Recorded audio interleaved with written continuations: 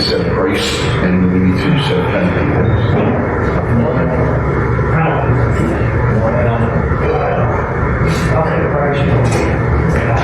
Just, no, I agree with that.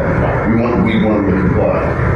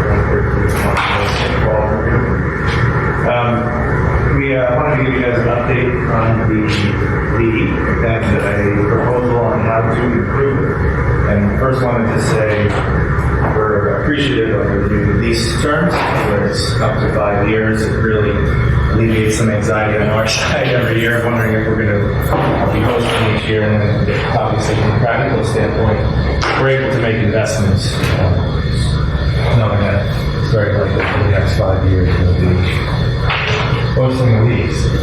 So this will be, I think, the 10th year that we've been hosting, and good news is it's very popular. If you ever come out to see it, it's a lot of people on the beach Monday through Thursday. This past season in 2021, we had 116 teams, 875 participants. The good news is it sells out really quickly. So whenever we open registration, usually around March, within a couple of days, most of the leagues are sold out. Within a couple of weeks, they're all sold out. But that's also presented an issue, is that lots of teams that have been with us for many years did not get to play last year. I heard from about 30 different teams that didn't get to play. So a lot of people obviously didn't get to play, didn't let us know that they came to the site and saw it was sold out. So that's also no advertising or marketing for the past 3 years. So it could be easily twice as big as it has been if we wanted to. So this year, we're proposing 50% increase in the capacity by increasing from 6 courts to 9. And on the next page, I'll get there in a minute, we propose the layout and how there's still ample room, probably could even be 12 courts there. We're very happy to just increase to 9 if that's agreeable. So just some other benefits that go beyond just our organization of participants is parking revenue. If we increase it 50% more, that the average that have to be a little over $5,000 more in revenue just in parking. And it's also at times where there's no congestion, weekday evenings. So there's no parking issues, no beach use issues. Patrons to other businesses, the vast majority of participants, Monday through Thursday, the slowest days of the week, they go to a bar afterwards, so they can use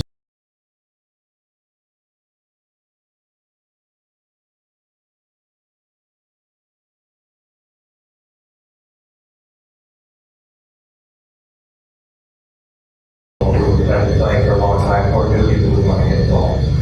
So on the last page, just gives you in yellow is the existing footprint of the courts.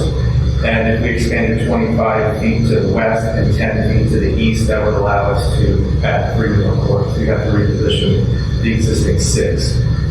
But there would be still plenty of room between the furthest point of the courts and where daily beachgoers would be 40 feet buffer, which is still plenty.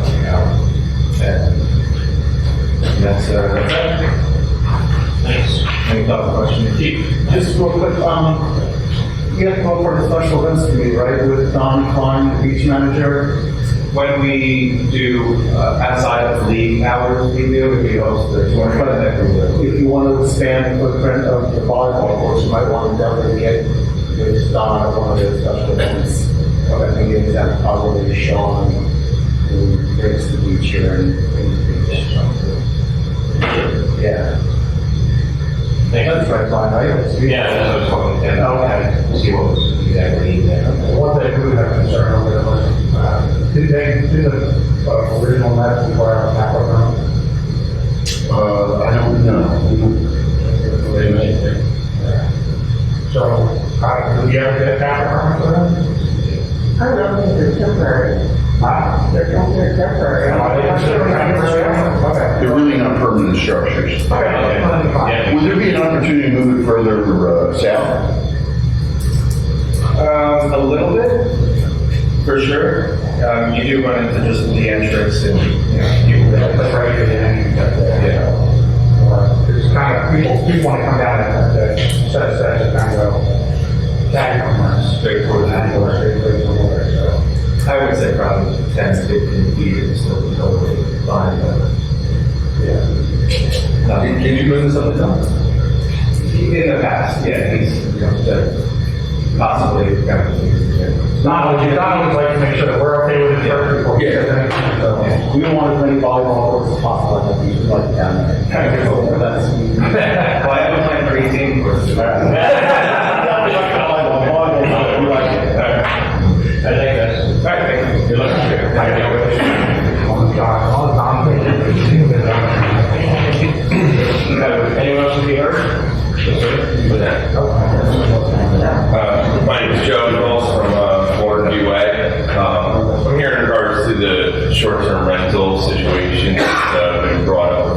challenges here. So I just want to read a little statement and go to work. First and foremost, congratulations to the newly appointed. I want to also thank the previous members, as I don't think enough recognition goes towards how much time and energy is spent helping to create this beautiful town and how many hard decisions are made. I want to let you know I completely understand some of your frustrations and would like to share my thoughts on this experience from my aspect. I grew up in Sussex County, which is well north of here. And when I was a kid, my family used to bring us down once a summer and stay for a weekly rental. We would meet with a realtor, come down in the winter, look at a house, and then stay. And that's how I actually found Seabrook. My wife and I had our wedding canceled during the pandemic, and we took the money and purchased a small two-bedroom cottage in Seabrook so we can give our children some memories of growing up and also help fund their college education, because by then it would be $500,000 a year. For now, we are a short-term rental property manager with a 4.9 rating. We have guidelines that we follow. We rent through the entire year and have weekend renters every weekend in the winter.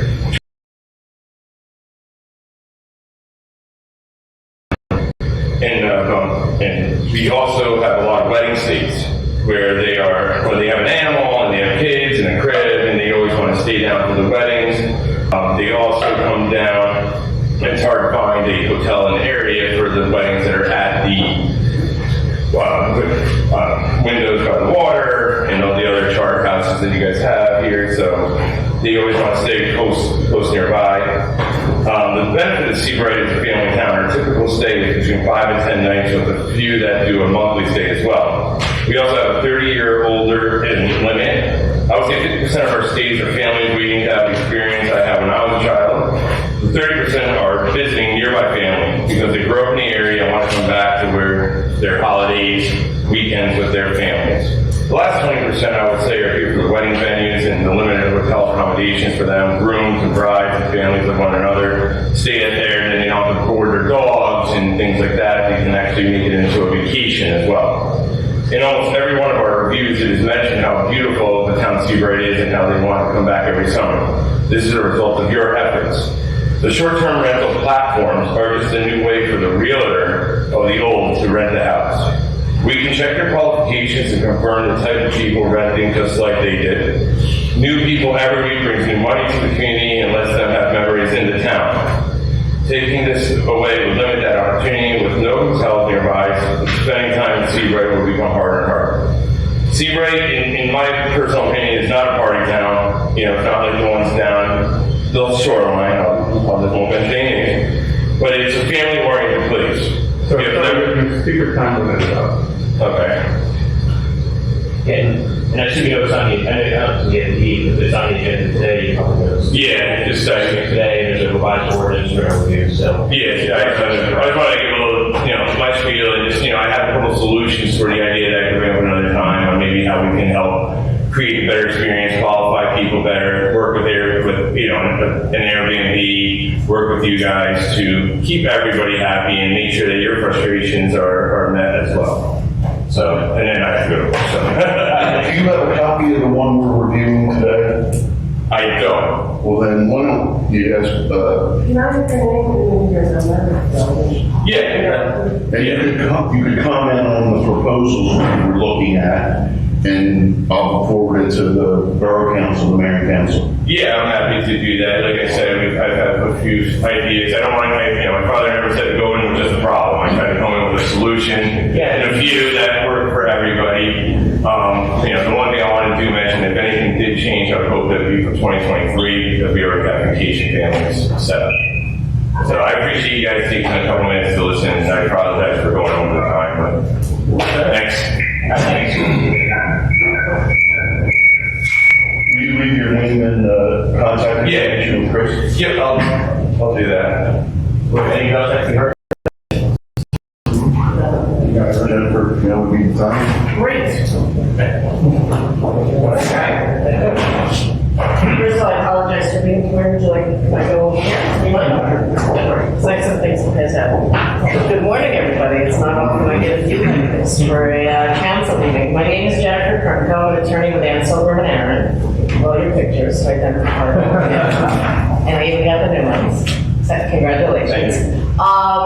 I'm here on behalf of Woody's and Seabright. Chris Wood is here with me, as you know, and we made a request through council to purchase a portion of the lot that the borough owns in front of the restaurant. And based on some of the questions that came back through Rich, I think there might have been a misunderstanding as to what we're actually proposing. So we wanted the opportunity, and you granted it to us, to come and present it to you. So what I did was, I have this color rendered survey. I'm going to pass it out. I just want to kind of go over with you the distinction of what we want and why. Can I ask, if you want, Joe? I know Joe knows me since a wee little lawyer, actually before I was a lawyer. I was a journalist before I went to law school when Joe was in Wall County. He did not have gray hair then. So as you know, during COVID, Woody's leased the 8 parking spaces that are in front of the property. And you can see their labels here, 601 through 608. And through outdoor dining, with the permission of the council, they had the outdoor dining in the entirety of that parking lot. And since the borough was losing the income of the parking spaces, they entered an agreement to basically purchase them for the season. So I think for the last 2 seasons, they paid the borough $8,000 a season in order to cover what would have been the anticipated revenue for the rental of those spots. Fortunately, the COVID liquor license special regulation, which allows the license to extend to the outdoors, has been extended by the state. It does expire in November of 2022. We don't know whether or not it will or will not be extended again. So what Woody's hopes to do, and I colored in yellow, is currently, and I have a packet of pictures to share with you. Currently, as you'll see here, the outdoor dining is set up and delineated in the area in yellow only. It is no longer throughout the entirety of the parking lot. And what Woody's would like to do is make that a permanent situation. And in order to make that a permanent situation, 2 things have to happen. First, we have to extend the curb. Because right now, I'm sure all of you have been to Woody's, right now there's a portion, that 8-foot portion is asphalt, and then you have to step up to the curb. Excuse me. So 1 is extend the curb so the patio where the seating is all level. And then 2 is to put in permanent bollards to protect them for dining, and also obviously make aesthetic upgrades that are more permanent in nature. I understood that there was concern about loss of revenue if the governing body were to grant this, and we're not suggesting to have any impact on the rental of those parking spaces. For as long as we are entitled to, we would continue to rent the entirety of the parking lot and pay for the parking spaces. And if the council were to grant this and allow us to make this permanent outdoor dining, those spaces would then be open for revenue. It has no impact on the use of those spaces. We still have greater than a 25-foot aisle width. I see I'm fortunate enough to have the borough engineer here who can tell you that that 25 feet is more than adequate for 2-way traffic in parking lot. I think 24 is usually the minimum in most municipalities. And the most important thing is that when the special permit expires due to COVID, in order to have the liquor license in that location, we have to own that property. So I know that there was discussion of a lease, and I don't believe that qualifies under the ABC regulations for the ability to extend our liquor license. We would actually need to own it. So for all of those reasons, we're looking to just purchase. It's about 15 feet from the front of the building. The surveyor got it wrong and called that area just the 8 feet, but it's 8 feet from curb to where we're proposing. It's 14.92 feet. So it's basically to keep what's been there for several years. And, you know, unlike some of your other restaurants in town, Angelica's and some of the other ones, we don't have the benefit of that super wide outdoor patio, the side alleyway, the ability to accommodate the outdoor dining in non-COVID times. And they don't have a liquor license. Do they? Is it Angelica? No, Angelica says it's a BYOB, so they don't have the same issue with having to own it. They can put tables out in the boroughs right away, and it's bring your own, and there's no real impact. So considering how hard the restaurant industry is struggling, and how Woody's really is a centerpiece in Seabright, we want to do whatever we can to make sure that it is able to maintain its viability and be successful. And we see this as a way. It's land that the borough will never use. It's not needed. There are mechanisms for which it can be sold. There are legal mechanisms when you're buying a portion of land that's under a developable size. It can be purchased directly by the adjacent owner. So all these mechanisms are in place, and we're just looking for some help to allow us to make what has been there for the past several years a permanent fixture to ensure the success of Woody's. And I don't know, Chris, I don't know if Liability, I think too. Just one for sorry. I know this is I think we intend to have some items for discussion just so it's not limited to 3 minutes. We should pipe down there for the sake continue speaking. So Okay. we're really going to 3 minutes except, this is going to be fall into the more employees. Thanks. So Brian, what I'm saying, liability-wise, I think that's to be on the property too. We, as Joe knows, we did take out insurance waivers for the entire parking for the past 3 years, I guess, 3 years. So that would basically take the burden of liability off the town as well. So for all those reasons, it seems to me to be a win-win for everybody. We won't have any, it's a cash influx in the first instance. There is no downside in that it's not giving up land that would ever be developed or used for any other reason other than within the parking lot. It's not needed for the parking, and it will not take away any current or future revenue source. So for all those reasons, we would ask you to please consider selling that so we can make the existing outdoor patio safer and permanent.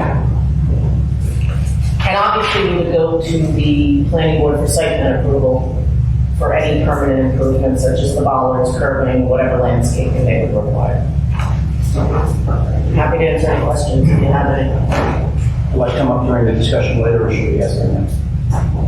If you want to have questions, for example, they're here now, so. Okay, it's on the agenda for discussion later on, right? No, So this is it, I think. No, actually, we did. I believe it's item. It's not. I'm sorry. It wasn't attached to the agenda, but it wasn't realized. That's exactly it. I think we should have probably had a discussion. Councilman, I think now would be appropriate to have a question. Okay, so just a quick comment, Chris. New to the council, I didn't listen to the prior discussions. Overall, I think the outcome is great. The thing I would want to understand is actual factual that you cannot get a liquor license in facilities. Because if you could, then it gives a range of options between lease or purchase. And then to me, it would be what's most equitable for you as well as the town. And I can confirm that for you, and I can certainly submit it to council. But the other thing is, if it were to be a lease, to put the investment, as far as the curbing and the bollards and the other permanent improvements, you have to balance. But in addition to that, you would, depending on the length of the lease, and those leases are shorter term, if the lease is long enough, again, if we were to address what you're looking at this for, so verify what council was saying. Right. As far as the lease, being able to maintain liquor license, if it was a lease situation, I'd be interested to see, number one, confirming that. Once we know that, as Earl said, we'll have an opportunity to be able to see what options we would have. But I'd be interested to just get those facts in place. And I will, and I don't have a statute or reference right now. I will confirm it. Yeah, if you could. We didn't see a regulation, but if you have a citation, you have to take a look at it. I'm more for going for the sale, but how would we come up with a number? I mean, typically, what I've seen in the municipalities is the tax assessor would assess what the value of it is And that's what we would, and then it's really gonna be up to council. I mean, Sorry, I understand that, as far as taxes, we have to factor it into the additional value of the property as a whole with that piece. right, I didn't finish. I was just getting there. So the starting point is what the assessor thinks, but again, that piece on its own is worth almost nothing, because you can't. Yeah, Kevin, then the assessed value obviously would go up after the purchase, and therefore increasing our tax rate. Right. Right, but that's my biggest concern is not so much what you're gonna do with the property. It's if for some reason you sell it. Sure, I understand. The next person coming along could build right to that right to that curb line and say, it's my property, or to whatever the variance is for the town, to fix whatever the setback is, required setback. And that could be something that is in the paperwork. Right, you could Conditions of the purchase. If the council had concerns of that nature, the deed could be conditioned upon no expansion of the building into that portion at all. And that could go with the property forever. And just to further with regard to the value, I recognize that the starting point is the assessed value, but essentially by law, it goes to bid. And we're the only qualified bidder because we're the only property adjacent to it. So we would put forward, once we knew what the assessed value was, and we would speak informally because we don't want to waste everybody's time and money, we would negotiate the price in advance of the bidding to make sure that our bid was going to be accepted. So, it would be more informal meetings like this to finalize what the value is. And there was a discussion of, a one-time payout as opposed to a yearly lease. Well, then that was always part of the discussion, is looking at, both sides of that, and what's in the best interest of the town, but also, is enough of an interest, to you. So once we have a set of facts, I think we can make a better Okay, determination. understood. So the key issue here is that whether or not the ABC will allow liquor license to extend to a lease. So once we have that answer, I'll share that with Rich and we can take the next step. Just to confirm one other thing, the prior meeting, police chief said that he did not see a risk to anybody because of the reduced area of people backing out. I just want to confirm that There's never been a problem. we're comfortable with that. Yeah. Right. And that's why I defer to Greg. It's an expanded aisle right now. And I think that's because at one day in the past, that used to be a right of way, and then it became part of the borough-owned lot, it's no longer right of way. So they even considered a road, an extension of a road at one point instead of an internal parking lot. Yeah, railway system.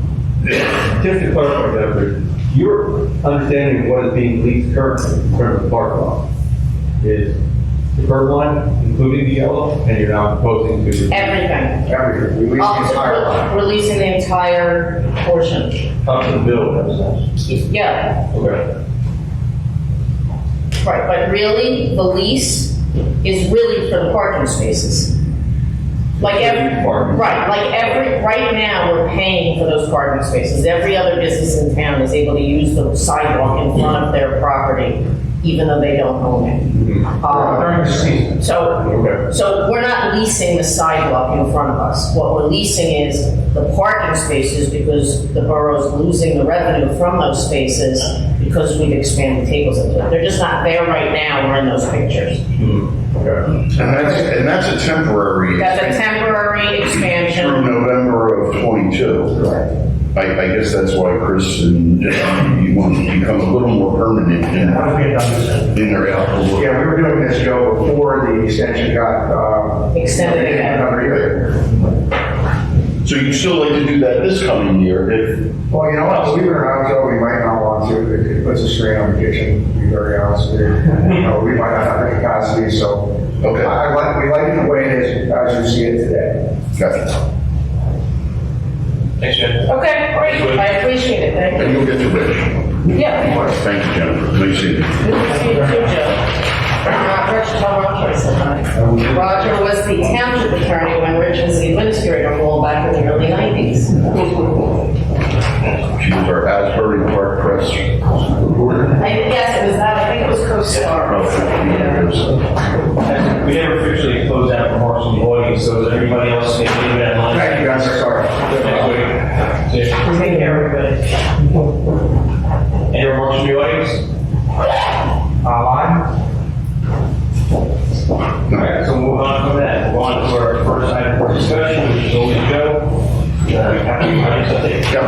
projects update, getting smaller list. Obviously, the pavilion has been completed. The bonding company has finished their upgrades here. You see a lot of new paint, new doors and things that have been lacking. So this project is somewhat wrapped up, and now it goes to us to maintain everything. It's ours.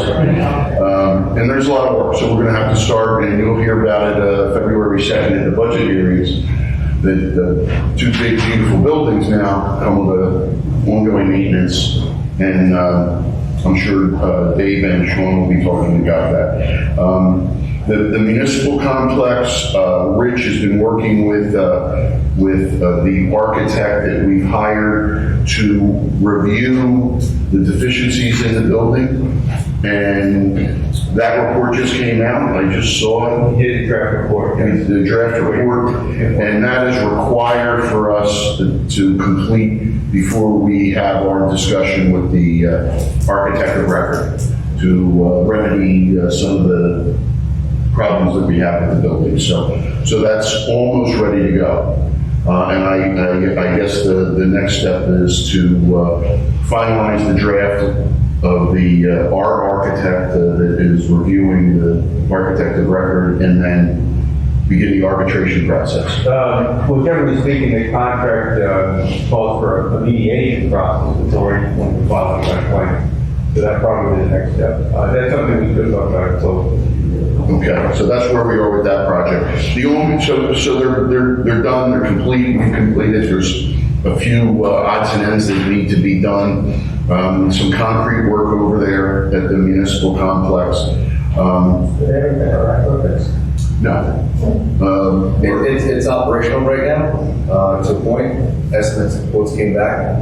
Working in insurance wants to see more quotes just to make sure everything is in line price-wise. And then there's a 6 to 8 month lead time once it goes through. Slaves for the door. 6 to 8 months to get that door replaced? Just to get the parts for the door, yeah.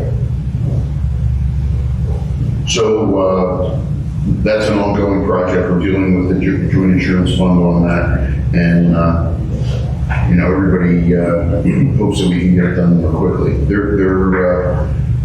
The other ongoing projects that I just want to talk about that aren't really up and running yet, but they're on our board that through the winter months. The black backflow preventers in some of our storm sewer lines, both ours downtown, that we want to replace, and an appeal to the state of the ones that they kind of told us they're walking away from up north. Kevin and I met with the property owners. The property owners have some valid concerns, and that's when the state threw up their hands and said, we're not going to go through with the project. So we're appealing that to the higher ups of the DOT, and hope to get a meeting with it. They said we're not meeting, we're working remotely. We said we'll do it through a Zoom if you want. You don't have to come to Seabright. We don't have to meet you in Trenton, but it's I guess it's my life, but it's bureaucracy at its best with the DOT.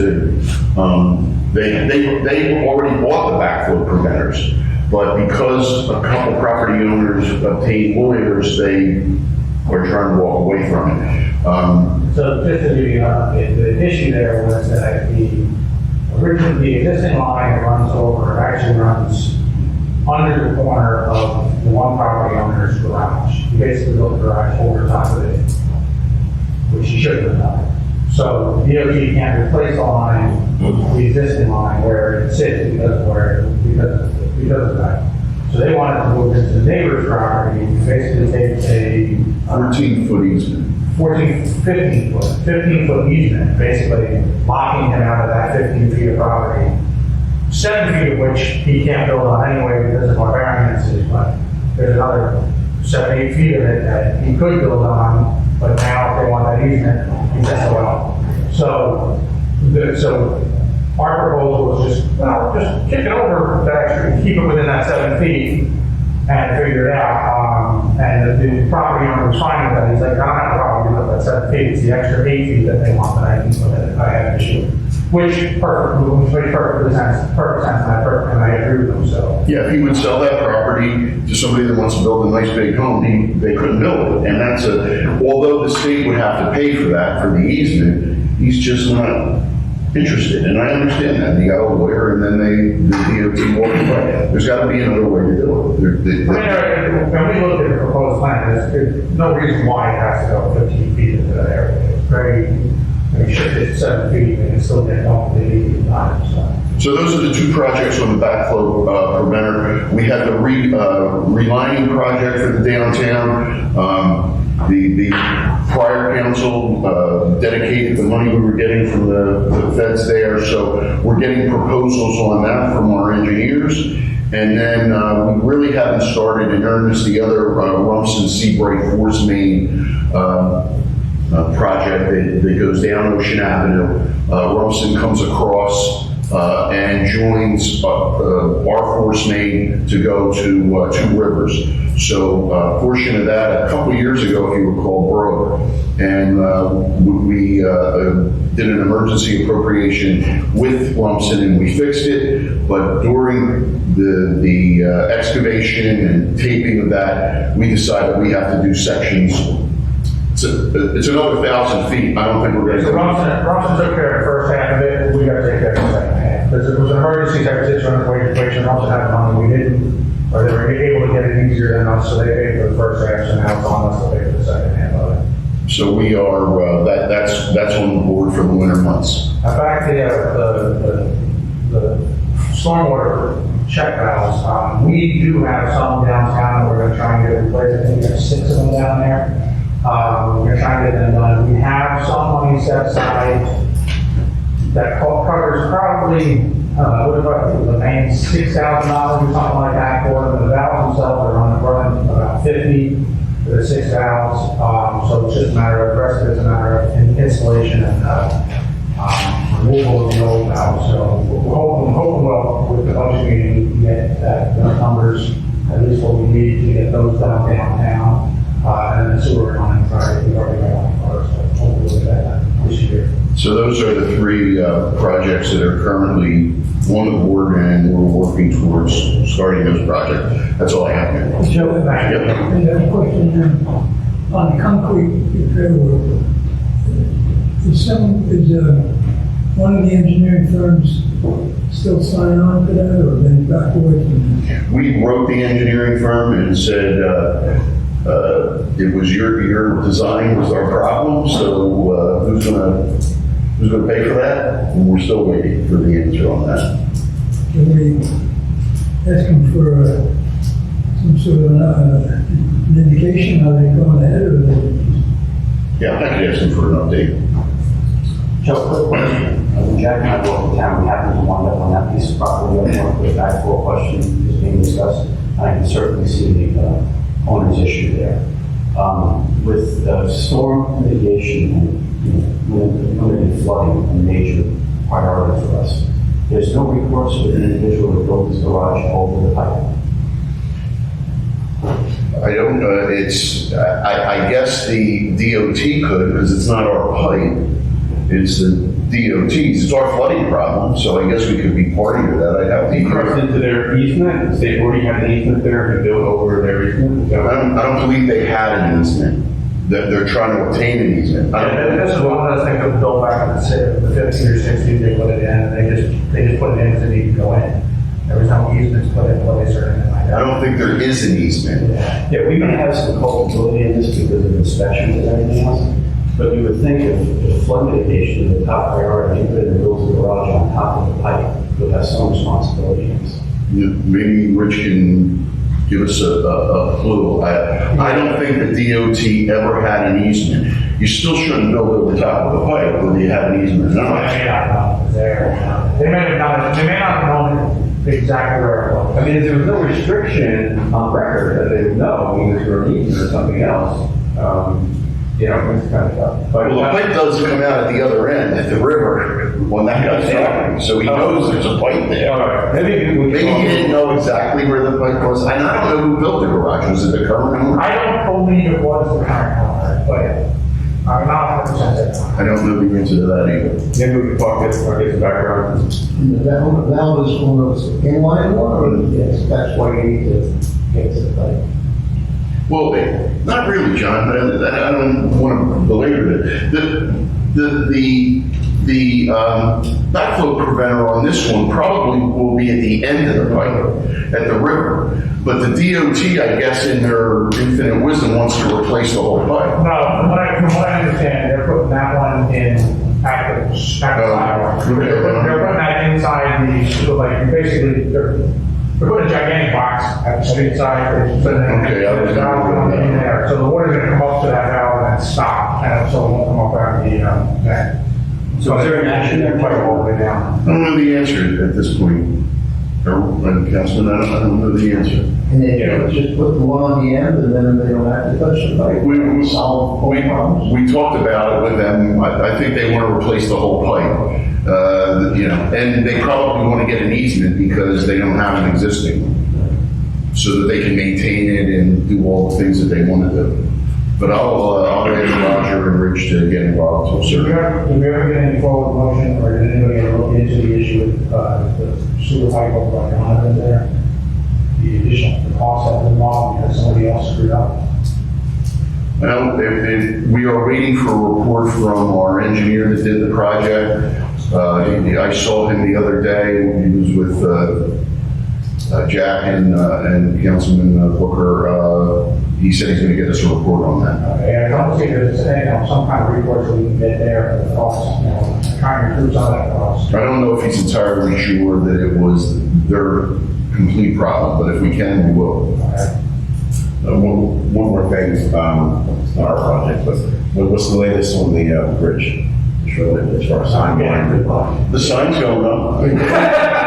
They did post a phrase on the county website, and I shared on the public relations one that they're starting to arrange for sale. So there's signs and other things that will leave the stage, so if you want to look at this on the website. So a couple boxes, get built, Their problem really, as they explained it to me, is Joe Attore, their engineer, the county's engineer, explained it is once they awarded the contract, then they entered into the main contractor entered into all the contracts with their subcontractors. They all had to be approved. All those contracts had to be approved from the feds as well, because it's a transportation and trust fund. So it's just a lot of paper. And that's what's kind of been holding it up, according to Joe. But they called about putting up the signs, you know. So much for the ground. Yeah, Hollander. They've been working on the Wilson side, taking off trees and stuff. I think some of them are gonna cut down, they said, if you drive. There's a couple really big trees there, and they see it. I hope they can keep pushing. They are doing that. Really do love this area. I see our police chief and fire chief present, so next up will be a public safety update. Jack, you go first. All right, fire chief is up first.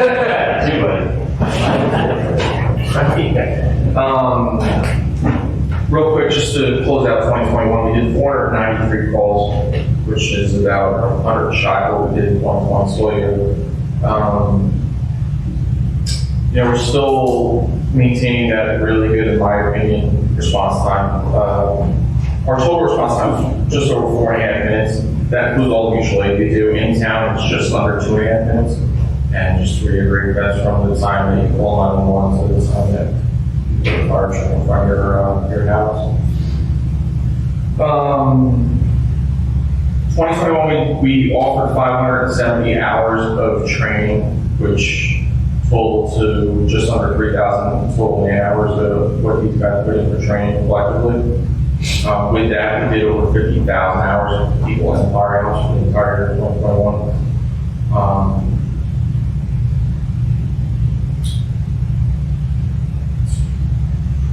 I was going to ask about the Dunkin' Donuts bill, but that was still on the table. I think you guys just answered that question. That wasn't exactly what I'm asking for training. Joe, I don't know if you've heard.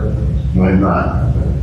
And then the one item for discussion on the fire side is we are looking to acquire a new Army vehicle from the Borough Deal. Borough Deal 4 years ago acquired a vehicle that they decided wasn't going to suit their needs. It'll replace the current Deuce they have down there, which we can auction off, which is currently sitting out of service because of broken blood vents on the one front axle. It's in 1995 compared to 1972. It's in a much better condition. We had one of the county mechanics go down and evaluate that deal. It's a perfect building to do batteries in it, which I think I can transfer the batteries in, just put in that one. So I want to see the cost there. I also want to get them out to the county, and because that one has that big evacuation box, transfer that over, and then that would get the town with the OEM truck plus that one to have our evacuation vehicles. It's no cost. It's just a matter of paperwork transferring once you go. So Deal approved it at their council meeting on last Wednesday. And then I'm going to get the information to Chris today, I have a resolution for you guys to sit down to. Okay. So you said no initial back. No, it's just a matter of transferring And then you get rid of the. that's going to go to auction. I would like to transfer the box, which will cost, but I can pay that out of my fairly budget to have the county transfer the box from one truck to the other. Chad, let's see what.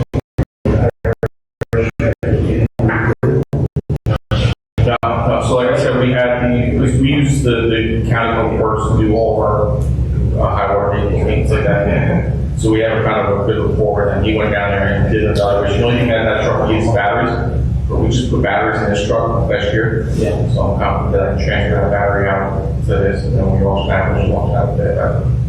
It runs, it just needs jump. And thanks to the department for a successful 2021. Congrats getting your response, that's pretty good. Cool, thanks, Ed. Chief. Good morning, everybody. Good morning. This is the first time I've been here in, 2 months now since we missed the last one. We were all at the county doing our updated for the AG guideline policies. That's where we've been. Missed the last few meetings. I don't have a lot to talk about publicly in the executive session. I have a couple things I want to go over, but just some of the stuff that we have done. We do have a couple investigations going on right now with some thefts. We have had some car thefts in the area, but it's not really just Seabright. The whole county is getting hit hard with motor vehicle thefts. We're pretty lucky. There's only one way in and one way out. Mount Beach, Rumson, everything, a little silver. Every night we're chasing cars everywhere. Probably 99%, I would say, the keys are left in, the fobs are left in them. You put nixels out, you put the signboards out, take the keys out of your car. And we're not even chasing them at this point. We're letting them go to the parkway, they're recovering them up in North Jersey, and from there they're going wherever they go from there. Some of the other stuff we're talking about, we do have our body cams, we don't have them on right now because but we did go into service on January 1st. They're working out pretty good, right, Jen? Yeah, no problems yet. If you guys have gone around some bridge, Pearsons have been there almost every single day with their engineers. There's engineers everywhere on that bridge, both sides, so there's a lot more activity than I've seen in discussion today. What else?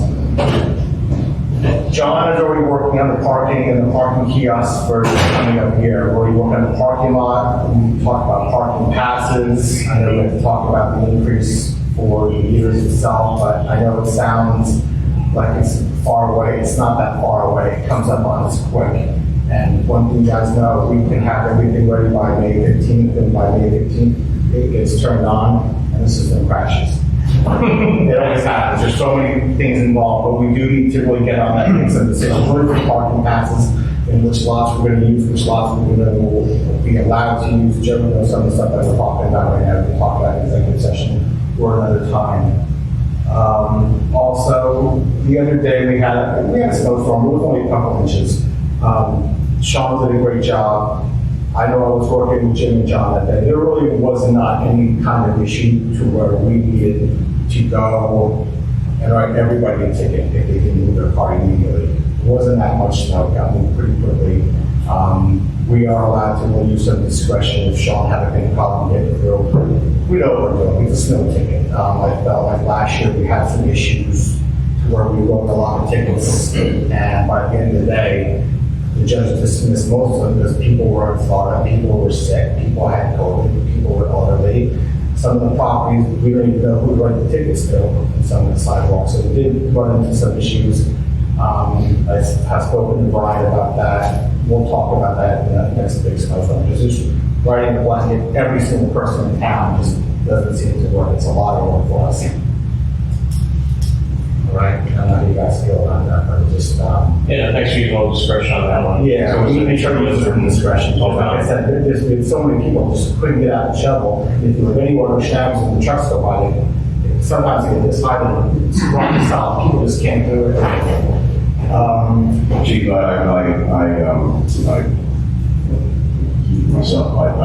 appreciate the fact that you're using discretion, you're not just, snagging people, because that's not, It doesn't work for us, it just doesn't work. And it seems. somebody abuses it, somebody, says, You understand. Part of the issue is that,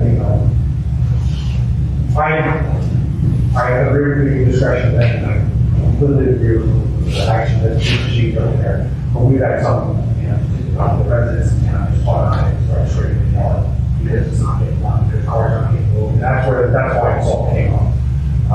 And it's just ridiculous. I don't see the reason for complaint, because like you said, it was a big storm.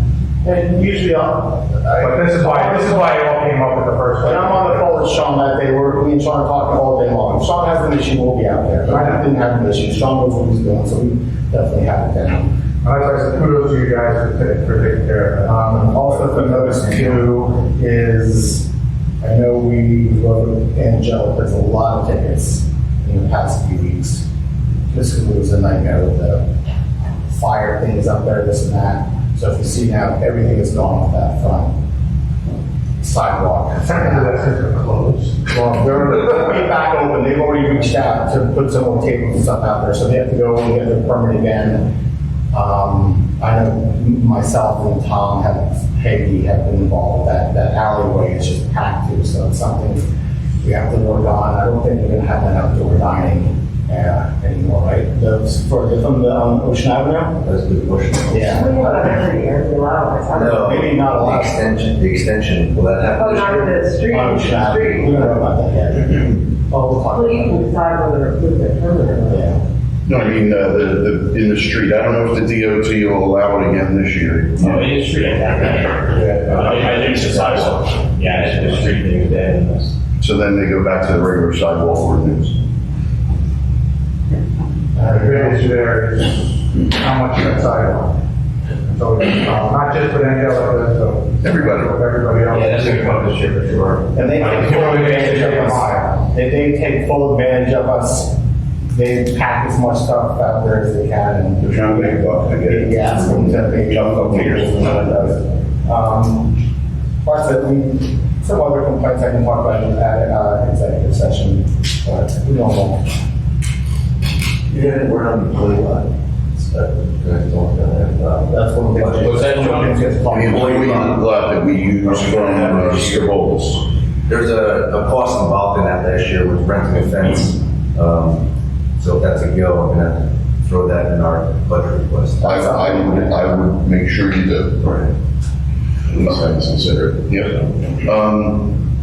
We don't know the status of any of their projects, so, but I would think that even if it starts to proceed, they have a lot of engineering to do. I don't think anything would happen this summer. Now we got a use in that lot this year. Right. Well, they haven't proposed anything yet. So. Right. I'm just showing that's a fence along the river. Yeah. Correct. So, and it also raised an issue last year with a resident. Were you involved in that? I wasn't involved, but Roger handled it, the size of the fence, and it was only. So we're good. It wasn't permanent, it was temporary, we were fine with that, but. Somebody complained about the height of the fence and the placards on the fence. Actually, yeah. All right, we're up to the short-term rental discussion. I know, I guess, Tom Hagy presented. He gave us some a potential ordinance that he drafted for us to consider. He also gave us a memo that talked about the fees that he's recommending. I don't know if anyone had a chance to really read the ordinance in earnest, but if you did, I think we should at least make sure that it fits your goals. And as Tom has been saying, that he's recommending a $300 annual fee, and then some. Well, he also says in here, he's saying annual fee $300, but he also says that a lot of it's for summer. A lot of stuff that he mentioned here is specifically for summer. As actually, it's just stated he rents out all year round. So I think we should, I don't have a problem with a once-a-year annual fee, but some people aren't going to use it, they're annual all year round, so we're not going to do it for summer. So I don't know how to, I don't know if it should be an annual thing, I think it should be a seasonal fee, like if you're going to do it year round, there's 4 payments. If you do it one season, it's just 1 payment. But if we do it annually, it's only 1 payment anyway. Yeah, well, it's 1 payment, but it's basically 4 seasons. So basically, whatever it is, should be divisible by 4. Maybe we can commit to really making notes on this and at the next workshop. Let's make some decisions as we have. You We kick it down the road. Yeah. There are not if you want to limit vehicles. Yeah, these 3 things, the three things that you noted. Oh, I wrote it on there. Yeah, no, the 3 things that are noted on here are absolutely must have. This is from Monmouth Township in Pennsylvania, so is this New Jersey calls? So I'd have to do a document, and there's a few things I questioned, in terms of occupancy limits on rooms, which, that's covered by other codes and the state mandate, so I don't know if we can superimpose something for short-term rentals on occupancy limits like that, because it's still covered by. Yeah. My main question is, are we trying to gain revenue by the fee on this? Or are we attacking the right problem by? I personally don't think it's a revenue grab. I think it's more so just, for lack of a better word, control. Control system that could very easily spin out of control. The Chip and I talked about having a low fee for your application so that people will comply, so that and a higher fee for violations. So, the fee for application, we just want to know who's in there, we want to have the rules and regulations, we don't want to generate real revenue out of that, we'll pay for Tom's time. But other than that. We just want to make sure everybody's doing things properly, they're doing it, they're taking they're following the legal route that we set in place, we set a guideline, that we know who's in these properties, who the property is being rented to. Because that's one of the things right now, we have no idea who these properties being rented to, and for all we know, could be a bunch of teenagers that mom and dad rented the house for a weekend for them, and then walk away. But we want to try to avoid that type of situation. Because I know the chief doesn't get a lot of complaints, but as Erwin mentioned yesterday, when one of our committee meetings, when he was around campaigning, he got complaints all the time. I get complaints from neighbors.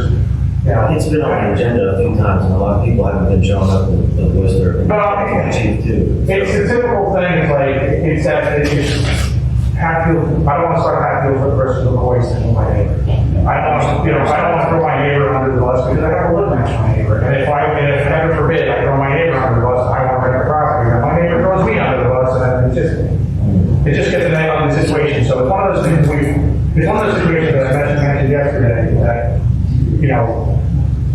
our residents have voiced this issue and this concern with us. It's our job to play the bad guy. And without playing the bad guy, do it diplomatically to the point where if nobody's happy, everybody's happy. Are we able to put restrictions on short-term rental, like less than 30 days? cap it at 7, or is that even not a possibility, or is it only short-term rental, is the definition of 30 days a month? 30 days is one, 30-day limit is one you see in a lot of these short-term rentals, is 30 days. So yeah, you can make restrictions based upon 30 days or less. I think that's pretty well accepted. I mean, you do get to a point where you can't. There was an old case in Belmar where they tried to limit rentals to, they couldn't do it for less than a year, the court threw that out. Right. But 30 days, I think are pretty safe. So we're trying to avoid like a transient hotel situations because that's where the most problems occur, like a 1-night rental, 2-night rental, where a party comes in for the night. Right. So, Oh, but we basically, we just want to know who's the responsible party in the house. Who is the responsible party that owns the house, who's the responsible party renting the house, so that if there is a situation where somebody says, hey, party's getting out of control, chief, look it up, pull out the number, call, and say, all right, get this under control, or we're going to take away. And then there's the threat of taking away the ability to do that.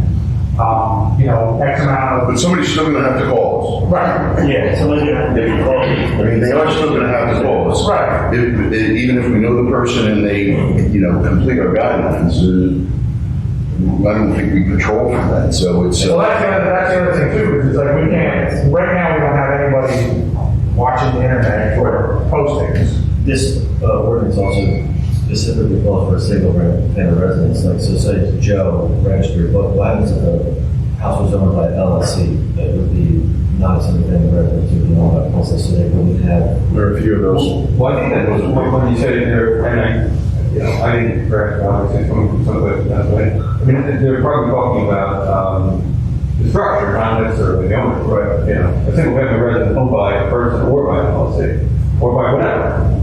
The whole point is, even if it is an LLC, we need to have a point person that we can call 24 hours a day, that we can say, okay, you gotta get it under control, or you got gas in, or, whatever the situation might be. We have to have that point person that we can call that who's responsible for that property, both renting and owning.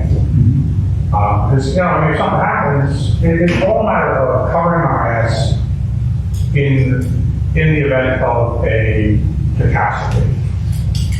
Well, if we have the, if we can show the event, so something went south, if we can show a paper trail that we did everything we could, we designed protocols and we want to follow, it's one thing, but we can always say that there was a plan in place, and that'll protect us in some regard if there wasn't, a bad thing that happened, so. The whole thing is, we don't want to have something happen, and then now the Monday morning quarterbacks come out. Well, we've been complaining about that for years, and blah, blah, blah, blah, blah. It's like, well, who have you been complaining to? That's the whole thing. We want to give people an avenue to say, okay, here's what we want to just make sure that it's being done properly, and everybody's safe. As Joe said, we discussed last time, but basically sitting at people complaining, whether it's a homeowner or a renter, it doesn't matter. Right. People are complaining that there's not a lot of people right away. What's the next step on this? I think our next You meeting, get comments and next meeting, we should take this ordinance, we should comment on it, and you tell us what you like in it, what you don't like in it. Maybe think about a fee for registration, a fee for a violation that's appropriate, that we can do. How would we enforce any of this, like, we're not gonna be scouring the internet ourselves, and saying, like, who would, Tom Hague would check the internet every once in a while if someone's in violation of, I think we have to start developing a list. We don't have one, and I think the initial is, the VRBO and Airbnb would go online or just look under Seabright. Seabright. Seabright rentals, just type in Seabright rentals, if something comes up that's not on our list, take it a violation, I don't know, is that right? Can you do that? Make a violation for just advertising? Well, you could make it, to the extent that they are advertising for short-term rentals and don't have the permit for it, well, you probably have to prove that they actually did it, right? But they actually did do it, so you have to. The advertisement, you couldn't do a violation for, they would have to submit the. Yeah, I think they would act like that, right? And that's just sort of a hypothetical thing, right? But it gives you the starting place to know what property to look at. If there's a property that says, hey, we're doing overnight rentals, and they know which one to look at and see if it's hard to change. Right, so just for the advertisement, I don't think it's. Yeah, I don't know that you can do it for advertising. I mean, it's under, You're advertising, you're planning on doing it. if you haven't committed an act yet, Then you get definitely the argument of, selective enforcement. Like, it's not the same, but there could be 20 ads to see right at any one time. Right. So So just a couple quick comments on that, and further discussion is good. I think this is a really important topic for us, because this is something that's going to be on the upstream. It's not going to go down. In general, I think it's actually a good thing. I think having references is a very good thing. I heard Joe talk about it before. I did read what was provided. I think for the most part, the framework was good. I think it is critical we have more discussion about it as a group. Kevin mentioned yesterday in the administration committee, we talked about code enforcement, ordinance enforcement. I think that's going to be a critical element of this, because we have to be able to enforce what we put in place. And I think being able to do that's going to be key. I've gone on the internet and tried to actually rent nightly here for this very reason, and you can. So people are renting on a nightly basis in town. And from what I've heard walking about town, I think the general consensus of all of us is, and most towns have actually done this, if you can get away from nightly rental, it's generally a good town, because it changes the clientele to some extent. So I think whatever we do, we should do something that lengthens the stay, like other towns have done, 1 week, 1 month minimum, and have a way that we can enforce whatever we put on the books. And I think this is so important of an issue, sitting down, rolling the sleeves and discussing it, because the summer's almost here, we may have an issue with people who are already renting nightly. What are we going to do in those cases? And we may not be able to get into effect until next year. So that's also good. I've also looked at Mountain Beach, Long Branch, Deal, Asbury Park, every single beach town down the block. You can do 1 week, but they have living regulations for 1 or 2 night stays. They do? 30 days. They have 1 or 2 night stay regulation, but they can't stop a short term, as in they didn't want to limit it for 7 days. You could do Rumson. yeah, I think 1 week is better than minimum. I don't think 30 days, I guess, the regulation for short time, there's no rent rentals for 1 week per house. They also, like other towns have several hotels. We have one hotel in town that's been down for the last few years, that's going to be reopened this year. Also, so that may help some transit. And just to go back to something Kevin said, Jack and I heard quite a few people in town complain about this. And they admitted that they did not want to report it because they did not want to have a problem with their neighbor. And I think in some cases, they even reported when people rented for a week, the parents took the place for the whole week, the kids were there for the weekend, and the rest of the week was not occupied. So we may not be able to fix everything, but I think we want to get in the box. Yeah, that's the big issue, right? Parents are making kids, and those responsible adults there, it's, well, adults. All right, so any comments from one, we'll get on the next agenda again. Very good. Both those out sometime soon. All right, so we're on to number 4. This is for public beach events discussion. I know we already have lockers and so forth on our public beach. We've been talking about this for a while, but Councilman Catalano asked me to put it back on the agenda to see if there's a general consensus whether we want to do it or not. The idea came up when we looked at Long Branches. They have some cabanas there. They generate a significant amount of revenue, and they were well received there. Here we have a couple of issues we have to deal with. One, if you want water and electric to the site, we need a CAFA permit. Greg was involved in the CAFA permit process to do the basketball court. We needed a CAFA permit to build the basketball court. And unfortunately, and I'll ask Greg to, reiterate, CAFA bases their permit fee on the size of the lot. Right. overall size. the overall size of the lot. So we have a 17-acre piece of property out there that the CAFR permit at the time was, Yeah, I forget what's a lot. it was a lot of money. So what Greg recommended we do is subdivide the beach so that there's just the water and electric are called permanent structures. So you need a CAFR. You actually don't really need one for I don't think we do, for the temporary cabanas. But you do to run the line all the way down to all the lockers, wherever you choose to put them. We actually even have conduits that we prepared for this when they were building the seawall. So we have conduits that go through, so we can, if we ever wanted to, we can run water and electric to the east side of the seawall. But it's an expensive initial expense.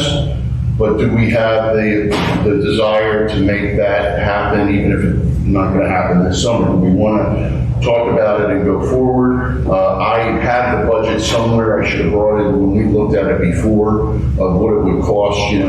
Sean looked into unfortunately, because it would be a public construction project for the cabanas and everything else. It's going to exceed our bidding limits, so we have to bid it out. It have to be prevailing wage, and it have to be all of those. I don't know that we can put that. Pretty tough. And Sean building now. I was going to say, that means Sean. Yeah, that'd be kind of a big undertaking, and I don't know that we could. I don't know that we could do any volume of it. We built two, probably. You may have Joe, are they going to be permanent structures or? No, they come off the beach. And where we store? We'd store them right next to the lockers, where we're storing the lockers now, on the west side of the wall. Like the beach clubs do. Yeah, I'd be interested in the financial analysis. I want to see what's our upfront cost, what kind of revenue can we get, what's our break even, that kind of information. I think I can have that for you relatively quickly just by calling the loan break. Joe, just to give you a quick update, before the pandemic, it was around $75,000 to $8,000 per unit, purchase-wise. If we were to purchase each unit, it was an 8x8 or 8x10. Long Range gets $3,000 per unit to rent it out for the summer. Those costs have gone up substantially, so that's all cost. So you can probably double that cost now per unit. I think looking at the numbers would be good, but the risk reward ratio does not seem favorable.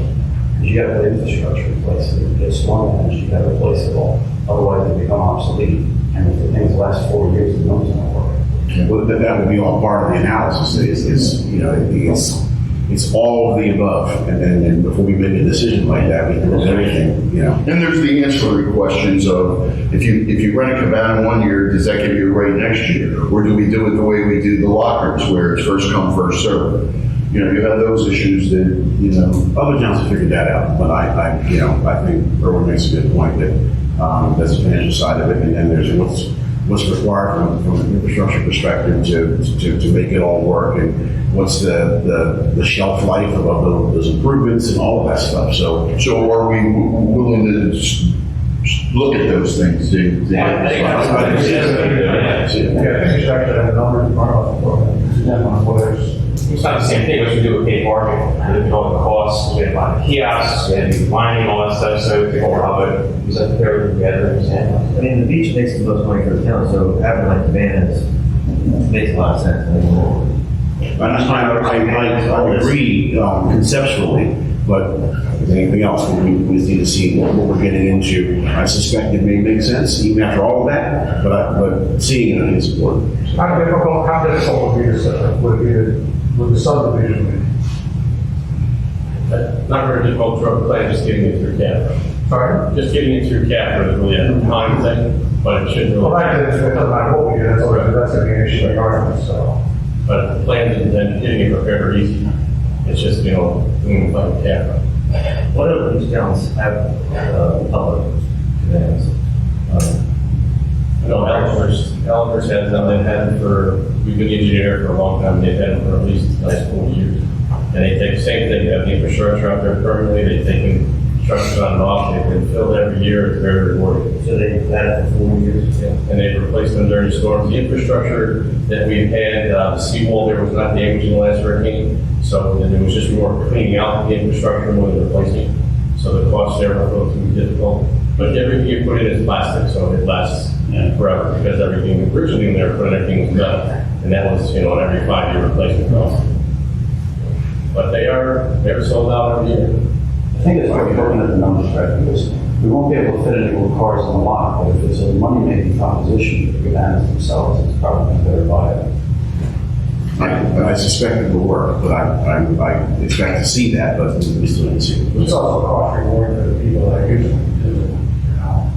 People that use them, that's gonna be a good benefit, this is pretty great. Yeah, I don't think we'll have any trouble, No, we don't have any issue, right? All right, so One of the other issues, though, is, one of the other issues is space, because, as you can see behind me, our beach is slowly disappearing. And it does every time they put the sand there, and it's all gone again. And we're almost to the seawall now in front of, Edenside, or Edgeworth, almost up to the seawall. So a quick last question, do we have any issues with floating projectiles in case of a storm?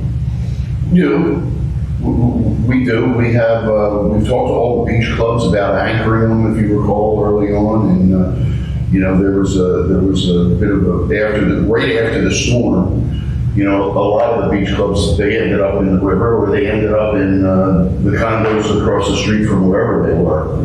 Jack, I think you attended that one meeting with Dina and myself about anchoring them with all the beach clubs.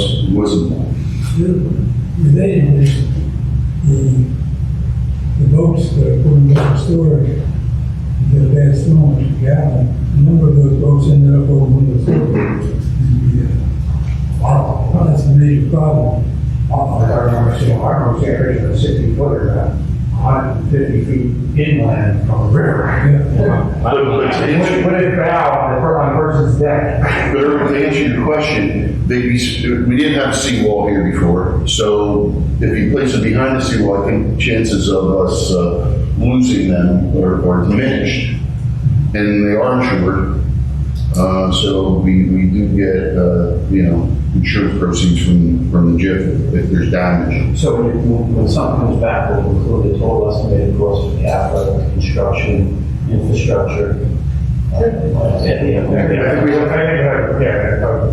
Numerical breakdown of each aspect. Yeah, and that's good. There's going to be a cost for subdivision, government planning for the engineers, so we'll have to include all of those things. But the prevailing wage aspect, we'll ask Dave and Sean to take a look at for sheds, I guess, whatever you want, cabanas. Yeah, if we can't have the Amish building, they won't fit on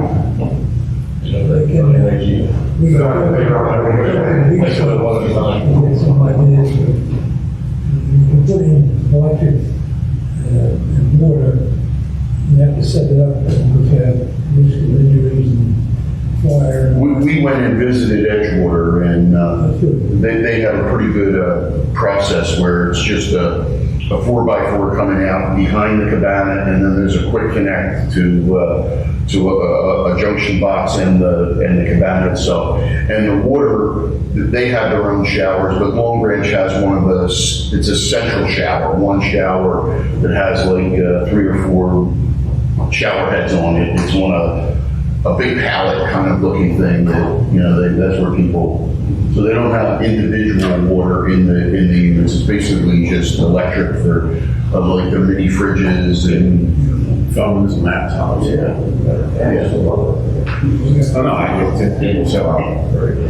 that's another thing. You may have residents say, I can't get one of these. Every year it goes to everybody from. We could say screw run on electric and solar. I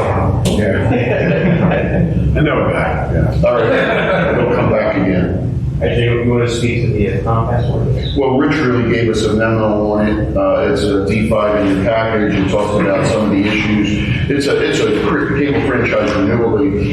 Chris, it was Chris's life work to get the renewal back from Comcast. But, Rich, you want to go through some of your recommended changes? Yeah, so, there's really only one change we put in the draft, and it was one, Councilman Burkle just brought up, and that's in the draft right there. Councilman Lexington asked a question about, because he had seen, on some publication, that for individual municipalities, there was a special rate. And apparently where that comes from is that municipality must have made a petition or filed a petition with the Board of Public Utilities for a special rate above the normal and show that it was, quote, warranted by expense of the municipality with respect to the regulation or supervision within the territory of the state of development. So for a municipality to get that, you have to go to the board and show that. You already have in this ordinance the higher rate than usual. The typical rate is 2% of the gross revenue coming in municipality. You have 3.5% here, and that apparently kicked in because there's a provision in the statute that if the Comcast files a certification with the BPU, that cable will serve 60%, that the municipality gets 3.5%, so you already have that in there.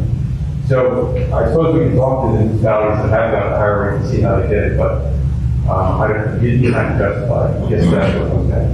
In terms of the revision we made, it's on page 4, section 8F. We added this section, the construction requirements section of the ordinance about abandoned wires. Basically saying that if they're installing anything new and they locate their abandoned wires, they have to take it down. That's what's forming. And the term is again? The term is, 10. Short 10. The duration of the franchise, 10 years.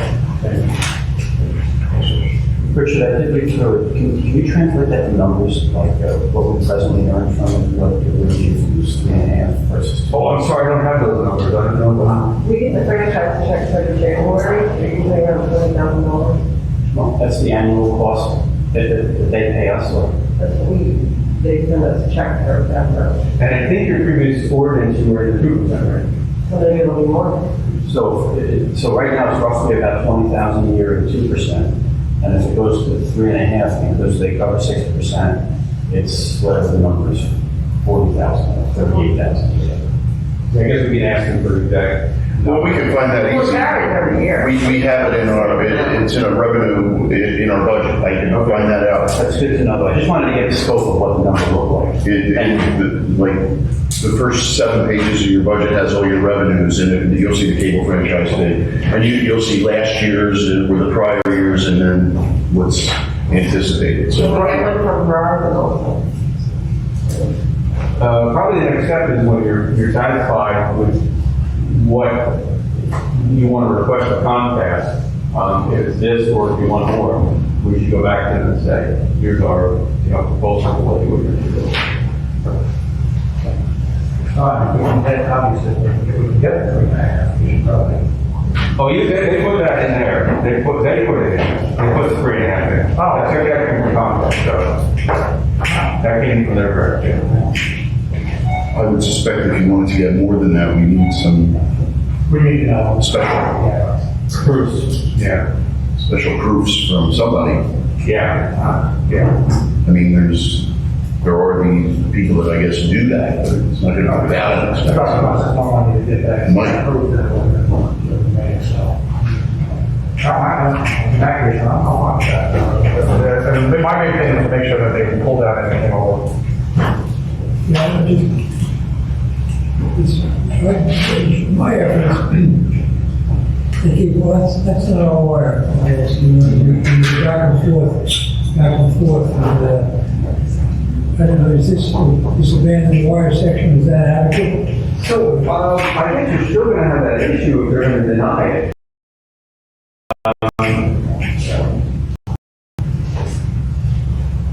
If they're going to deny it as their wire, you're still going to have that issue because the requirement would be that they take down their wires, and not everybody's wires. I suppose we should look at having to take down everybody's wires, I don't know if we can do that. I thought we talked about that, and somebody had identified a way of, might not remember, but I thought somebody had identified a way to say whose wires are whose. They know that whose wire it is, they know where it is. Your position, the top is always electric, the pecking order, where the highest wire is always the electric companies. And then it goes down. And the last one is usually your cable. Yes. Yeah. Verizon Verizon is fine. It's not a typical coax cable yet. The gentleman that came down that Clifton sent to us, he was very informative. I mean, he knew, and I didn't have a feeling that he was making it up. He said, "Those are ours, those aren't ours," and I mean, he was reasonable. I mean, I think having it in the ordinance, I mean, just having it in there, you'll see that go, well, they want us to take it down if we're going to do something. So hopefully they'll do it. Maybe it's just stay on top of it. It's an ask. Yeah. It's not like face-to-face meetings with our intent would be a good thing. And if they say none of it's ours, that's not an acceptable answer either. somebody has. If we pull it out. 60% of our people have Comcast here. That's the. Well, let's see who this is. Snip, who shows up? And there's been no prior providers. Verizon has always been the fiber. It hasn't been our metal before. They had copper. So they may have a lot of crap. Yeah, but the copper is in a different position also. And most of their fibers now are underground. Yeah, so I mean, if you look at it and you say, okay, that's coax cable, it's obviously yours, the answer may not be yes, because it may be somebody's old coax. Right, I mean, it could be 10, 15 years old. Right. It could be a carrier that is no longer in town. Yeah. We have pictures of one, just like the rat's nest. I think the representatives at one time, that was PSCG, Mr. Mackey came and he looked at it with his team and they took care of things. So we need a representative to come and do it face to face. Here's the 6 that are bothering us right now. Where we can go from there. Bob Clifford was pretty receptive, so I'm sure he would send another person down. So let's And you said for shared services, of course, that's coming up. So right now we only have basically the same partners we had for a while, which report was only one we had for review. Yeah, it's just a hot patch machine that we're doing right now. No, this is. Oh, that's the news report, sorry. Sure. Yeah, Atlantic Islands was going to give us a proposal. Adam left, he left. They didn't give us a proposal. We had talked to Highlands. Highlands was interested when they build their new building. They don't have room for us now. And we've been with Oceanport for a while, and they've been pretty receptive. We have a new boardroom there. I think we keep looking at it, and if one presents itself, but They're very happy with us. our recommendation would be stay another year. Hey, Joe, I just go back to that cable thing. Sure. So I think it's important that when we have that agreement, they understand we're on face-to-face to discuss this and cable issue. And in addition to the municipal town experts on it, there are a couple of us on the council who would probably like to be involved in that. But some of us have significant experience in that space, a little bit maybe. No problem. I think if we could put some teeth in it, and expect a meeting, special discussion, and zero cable with an unacceptable answer, it would get traction. When we have it, I'll be sure to include everything. Jack's been interested, you're interested, John knows. Any so no comments on the shared services report? No, it's not.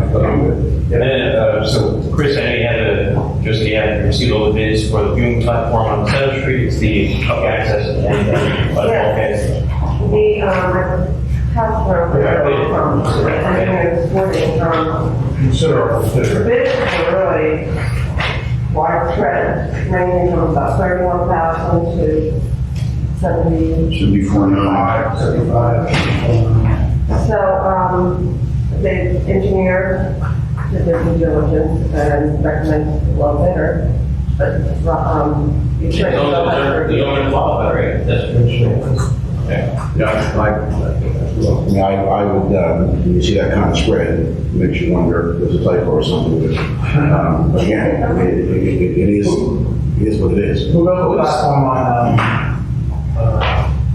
Osborne, yeah. I don't remember the company's name. Sean, you remember the company? I don't. Which I remember even this building and this, I mean, we saw a huge range of bids even on these projects. Yeah, these big projects, this is a really nice deck. I mean, so- That's exactly what I said. That's right, yeah. If we can, we can try and get somebody from the JIF to review the plan, because one of the questions that came up were young people climbing around, these viewing platforms, climbing up on railings, et cetera. And I remember one of them, this particular way, far this way, you crack your head open. So maybe we have the JIF review the plan from a safety liability perspective. Yeah, but they first wanted to see it with the platforms. I know I can see on my street where it's just the whole bulkhead. Yeah. And he says, I saw guys waiters walking along the top of the bulkhead. Now, guys can be funny pictures too, but no, they'll say stand, they sit and stand on top of the bulkhead, even because they got 7 feet high. Let's get it, the other thing is to at least give us a situation like that where now you're handling. Above that bulkhead, and you can now fish, and you have the safety on hand also. I mean, kids are gonna be kids, they're gonna climb, you know. It doesn't matter if you put a 10-foot railing up, kids are afraid to climb it. But if we had the JIF sign off on it. Joe, we did meet with the JIF about this other safety meeting, and Dominic and JIF advised to add signs on the platform, which are installed. Okay. About no diving, to take the responsibility off of us. Okay, that works, yeah. That's an easy fix, there's no sign. Joe, just a couple quick comments. It would be interesting to know, I know we don't know here who did the other ones, if we what happened and where they stacked in pricing, because they're bidding on experience versus. Well, the other difference is Osborne has a handicap ramp, so it's gonna be a huge difference in number because these don't have it. They're built, right, they understand. When you see that big of a difference, it's very concerning, because it implies that the bottleneck could be by material, right, between the material labor split. So I would just make sure we're comfortable. I see the note there, which was. Say engineer review. Chris says the engineer review. It's either, I think, Seacoast or Minnesota. I can't remember. Which I did the prior ones. Which are both in the 70s. And that is such a whopping difference. Granted, if they qualify the lowest bidder, that's the way to go. And we gave them. Yes. Yeah, that's what they did. Sorry, is it a difference in material? One treks over, you know, treated? Unless the bid be EQ, right, that you're challenge to. Yes, this is different than professional services. That Oh, yeah. have to do. Yeah, you have to go with the Yeah. less responsible bidder. Yeah, of course, in your house, you like person girl. It's like qualified, you gotta go. All right. All right, I'll do a little more, I'll find out exactly who did the last one, let you know. But that's the engineer, otherwise the engineer signed the bulk as is, that's the recommendation. Yeah. You said? Yeah, so Joe, in that case, that action is irrelevant. No, I understand. I understand the point. Lowest qualified bidder wins. That's just a little scary. But that's why. Well, welcome to building. What astronaut said that? What astronaut said that? Was it John Glenn? Yeah. Sitting at the tip of the lowest qualified bidder. Who signed out from Bolton? That's it, we'll be going through the past 2 years. Engineer signed off from Bolton. This one covers. Major, and for all intents and It purposes. was Seacoast, but. Thank you. All right, so let's see. Did you- What, we can ask last quote, thank you. No, ask him, I'll see who you talk to. Ordinance, Joe, yes. Well, it's just a point of information, there's nothing we can do about it. Our current application for FEMA is 1 page. their new application for residents that need to fill out zoning for their FEMA is 40 pages now that we just What got. is this to even lift the HVAC unit? Yes, to anything that would need a FEMA designation. So our current one and then the proposed, do they all have copies of the proposed one? No, we don't. It's on the website, 40 pages. It's 40 pages. Could you just send a link to it? Sure. So we can at least melt I think in the thing I did send her is the website. It was just a point of information, there's not, again, nothing. You can do. It's just, it seems a little conservative. The engineer that's working with, actually facility engineer, Kim Bullock, so she brought the floodplain manager. We have to do a new ordinance too for this, and, gonna take a lot of hours. So it's just a heads up that it will be built for this.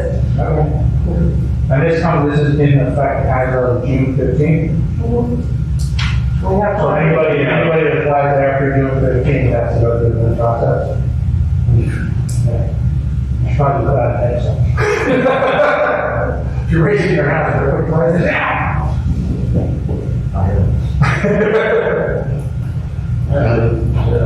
Yeah, other than just for public, we have an executive session, but for next week's meeting, Councilman Keeler had asked me to consider, for you guys to consider a resolution honoring Davis Dell as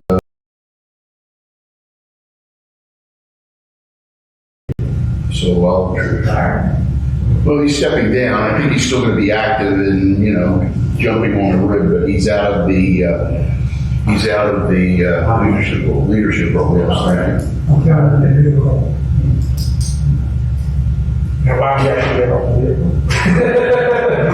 Must be like getting on his first warrant. As we go to executive session, so unless you're a professional or employee sticking around for executive sessions, this will be the end of the public meetings, not anybody online or in person. So with that being said, anyone make a motion to enter